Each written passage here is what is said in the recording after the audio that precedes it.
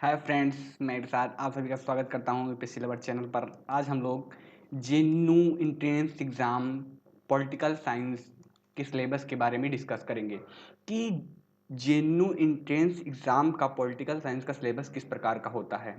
और मेरे साथ के कई दोस्तों ने मेरे को कॉल किया कि भाई इस पे कुछ बनाओ या बताओ, तो सभी लोगों को इंडिविजुअली बता पाना हमें लगता है कि मेरे लिए और या किसी के भी लिए सभी को इन्फॉर्म कर पाना इम्पॉसिबल है। तो मैंने सोचा कि क्यों ना इसका वीडियो बना करके शेयर किया जाए ताकि सबका भला हो और मेरा खुद का भी रिवीजन हो जाएगा इसी बहाने। तो आज हम लोग जेन्यू इंट्रेंस एग्ज़ाम जो पॉलिटिकल साइंस एमए में उसका सिलेबस होता है उसके बारे में हम लोग यहाँ पर डिटेल में डिस्कस करेंगे। तो आप लोग इस वीडियो को कृपया अंत तक देखिए ताकि बातें आपको अच्छे से समझ में आए।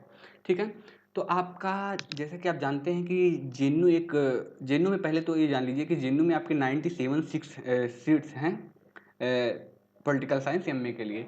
और JNU is one of the good या one of the best university in India and one of the best in Asia also. ठीक है, तो जब आप जेएनयू के एंट्रेंस एग्ज़ाम के सिलेबस को देखने जाएंगे तो पाएंगे कि जेएनयू के एंट्रेंस एग्ज़ाम के सिलेबस को सामान्यतः उसके साइड में बहुत शार्ट में दिया गया है। और हमने ये जो कंटेंट पाया है ये एक बुक का कंटेंट है। उस बुक के कंटेंट के थ्रू हम लोग यहाँ पर समझने की कोशिश करेंगे ताकि जेएनयू एंट्रेंस एग्ज़ाम का हमें सिलेबस अच्छे से समझ में आ जाए। ठीक है, तो इस बुक के अकॉर्डिंग जेएनयू एंट्रेंस एग्जाम के सिलेबस को सामान्यतः 8 भागों में डिवाइड किया गया है। जैसे आपका पहला पार्ट है क्या, social and political thought of modern India. फिर आपका आता है वेस्टर्न पॉलिटिकल थाट। फिर उसके बाद में आपका थर्ड यूनिट आता है concepts and approaches in political theory. फिर आपका आता है fourth constitution and political institution of India. फिर आपका फिफ्थ आता है state and politics in India. फिर आपका सिक्स्थ आता है political processes and public policies in India. फिर आपका सेवन्थ है कंपरेटिव गवर्नमेंट एंड पॉलिटिक्स। इसको मेनली हम कंपरेटिव पॉलिटिक्स भी कह सकते हैं। ठीक है, फिर आपका नेक्स्ट क्वेश्चन आता है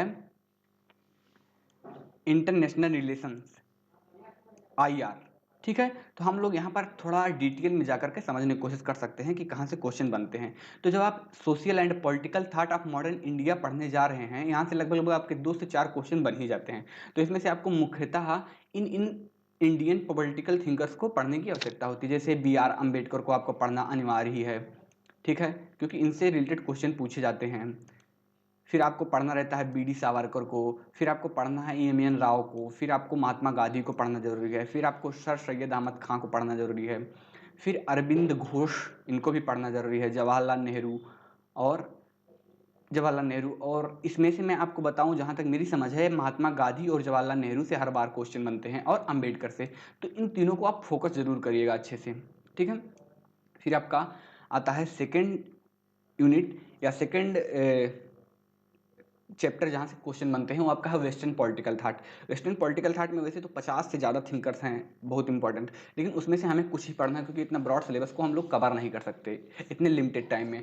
तो वेस्टर्न पॉलिटिकल थिंकर्स में आपको मेनली अरिस्टोटिल, मैकियावेली, उसके में थॉमस हॉब्स और जॉन लॉक, उसके में जे जे जेम्स रूसो, फिर आपको Jeremy Bentham, John Stuart Mill, Hegel, Karl Marx, इन सबको पढ़ना जरूरी है। ठीक है, ये बहुत ही इंपॉर्टेंट है क्योंकि आप जब जाएंगे देखने तो पाएंगे कि जेएनयू का जो आपका 50% क्वेश्चन होता है, 50% क्वेश्चन आपका ये वेस्टर्न पॉलिटिकल थाट से ही आता है। कहाँ से आता है? वेस्टर्न पॉलिटिकल थाट से। और आपका पॉलिटिकल थ्योरी के जितने भी थ्योरीज बिल्डअप होते हैं इन्हीं थिंकर्स के आइडियाज़ के आधार पे होते हैं। तो मैं तो कहूँगा किसी भी बच्चे को कि अगर जो आप स्टार्ट करने जा रहे हैं पॉलिटिकल साइंस तो आप वेस्टर्न पॉलिटिकल थाट से ही स्टार्ट कीजिए। फिर आपका नेक्स्ट क्वेश्चन आता है, सॉरी, आपका नेक्स्ट जो यूनिट आता है कॉन्सेप्ट्स एंड अप्रोचेज। क्या आता है? Concepts and approaches. Concepts and approaches में आपको पॉलिटिकल थ्योरी मेनली पढ़ना है। पॉलिटिकल थ्योरी से लगभग आपका 15 से 10 क्वेश्चन आप पूछे ही जाते हैं। ठीक है, तो पॉलिटिकल थ्योरी में आपको positivism, scientific method and it's critic, फिर कंटेम्प्रेरी अप्रोचेज, फिर आपको थ्योरीज पढ़ना है कि स्टेट से रिलेटेड कौन कौन से थ्योरीज हैं। जैसे आपका क्लासिकल थ्योरी है, सोशल कॉन्ट्रैक्ट थ्योरी है, इलाइटिस्ट थ्योरी है, प्लूरिस्ट थ्योरी है, नियोप्लूरिस्ट थ्योरी है, मार्क्सिस्ट थ्योरी, ये सब आपको बहुत ही जरूरी है पढ़ना। फिर आपका पावर अथॉरिटी जो आप लोग थर्ड ईयर में पढ़ ही रहे हैं, लिजिटमेसी का कॉन्सेप्ट पढ़ना है, पॉलिटिकल ऑब्लिगेशन पढ़ना है, लॉ, लिबर्टी, राइट्स, ये आप लोग जो भी बच्चे बीए कर रहे हैं, BA first year, second year, third year, में ये सब चीज़ें बताई गई हैं। जस्टिस आपको पढ़ना, जस्टिस में आपको मेनली जॉन रॉल्स का और एंटोनियो ग्राम्सी का कॉन्सेप्ट पढ़ना है। इक्वालिटी और सिविल सोसाइटी ये आपको पढ़ना है। कंटेम्प्रेरी डिबेट्स जैसे डेमोक्रेसी ये बहुत ही महत्वपूर्ण है आपका, ठीक है।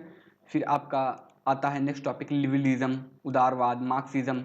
लिबरलिज्म, मार्क्सिज्म ये सब आपके वेस्टर्न पॉलिटिकल थाट से ही निकल के आए हैं। और सोशलिज्म आता है, फासिज्म, कम्युनिज्म, जो भी आपके हैं वो वेस्टर्न पॉलिटिकल थाट से ही स्टार्ट होते हैं। तो मेरा तो कहना है कि अगर जो आप इसको कवर कर लेते हैं तो आपका मैक्सिमम चांसेस है कि आप अच्छा एग्जाम में परफॉर्मेंस करें। और ये मैं केवल जेएनयू के ही परिप्रेक्ष्य में नहीं कह रहे हैं, आप DU, BHU, DDU और इलाहाबाद इन सब यूनिवर्सिटी में आप देखेंगे कि वेस्टर्न पॉलिटिकल थाट से आपके मैक्सिमम क्वेश्चन बनते हैं, ठीक है।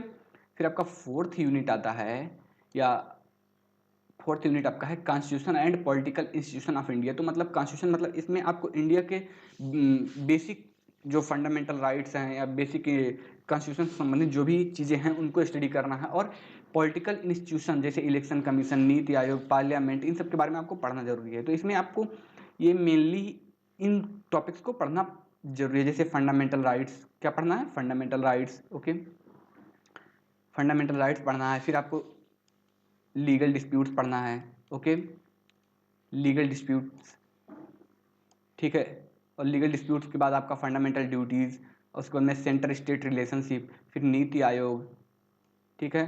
फिर आपको parliament in India, president in India, vice president of India, constitutional bodies, prime minister of India, ये सब आपको पढ़ना जरूरी है इंडिया के परिप्रेक्ष्य में, ओके। फिर आपका नेक्स्ट आता है state and politics in India. क्या? State and politics in India, okay.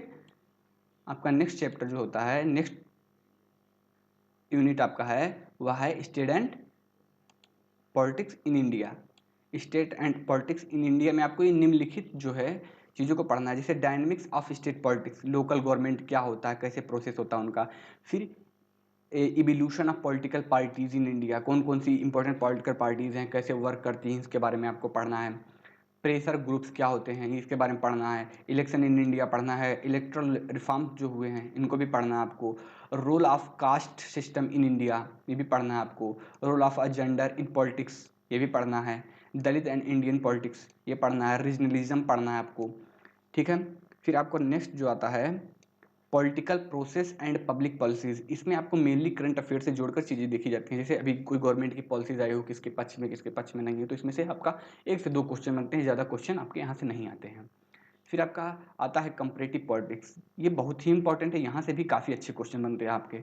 तो आपका इसमें कंपैरेटिव पॉलिटिक्स में मुख्यतः आपको जो है, जैसे आपको कुछ देशों के संविधान पढ़ लें, जैसे आपका UK हो गया, USA हो गया, जापान हो गया, फ्रांस हो गया, स्विट्जरलैंड हो गया, इन सब के कॉन्स्टिट्यूशन को आप पढ़ लेते हैं तो आपका मैक्सिमम चांसेस है कि आपके सिलेबस का मैक्सिमम पार्ट कवर हो जाएगा, जो आपके लिए JNU, DU, BHU सभी के लिए हेल्पफुल होगा, ओके। फिर आपका नेक्स्ट जो से यूनिट आता है वह आता है इंटरनेशनल रिलेशन। इंटरनेशनल रिलेशन में आपको मेनली जो है जो नई घटनाएं घटित हो रही हैं उनके परिप्रेक्ष्य में थ्योरीज को मिला करके क्वेश्चन पूछे जाते हैं। और आप देखेंगे कि जेएनयू में मैक्सिमम क्वेश्चन आपके इस प्रकार होता है कि वहाँ के जो थ्योरीज होते हैं, थ्योरीज को कहीं ना कहीं अप्लाई करते हुए फिर आपके सामने क्वेश्चन को रखा जाता है, ओके। तो इसमें आपको आइडियोलॉजी, जैसे रियलिज्म आपका हो गया, क्या हो गया, रियलिज्म हो गया, लिबरलिज्म हो गया, मार्क्सिज्म हो गया, इन सबको इंटरनेशनल रिलेशनशिप में कैसे जोड़ के देखा जाता है ये। फिर इंटरनेशनल ऑर्गेनाइजेशन हो गए, जैसे क्या सार्क, एशियान, इंडियन एशियान, और आपके जितने भी मतलब इंटरनेशनल ऑर्गेनाइजेशंस हैं उससे रिलेटेड आपके क्वेश्चन बन सकते हैं, यहाँ से बनते हैं, ठीक है। तो ये रहा आपका जनरल ओवरव्यू, जो आपको जेएनयू के सिलेबस को लेकर डाउट था वो मैंने क्लियर करने की कोशिश किया। और कल से हम लोग जेएनयू एंट्रेंस एग्जाम के जो है जो भी मॉडल पेपर हैं जो इस गुप्ता बुक में प्रोवाइड करा गया उससे पे हम लोग आपस में डिस्कस करेंगे, ताकि आपका भी और हमारा भी रिवीजन हो। आप लोगों से रिक्वेस्ट है कि आप लोग हमसे जुड़ें। आप हमारे इंस्टा पे भी आ सकते हैं आप, और टेलीग्राम चैनल को भी ज्वाइन कर सकते हैं, ओके। फिर कल हम लोग मॉडल पेपर पर डिस्कस करेंगे। आज के लिए इतना ही, धन्यवाद। मिलते हैं नेक्स्ट क्लास में नेक्स्ट टॉपिक के साथ।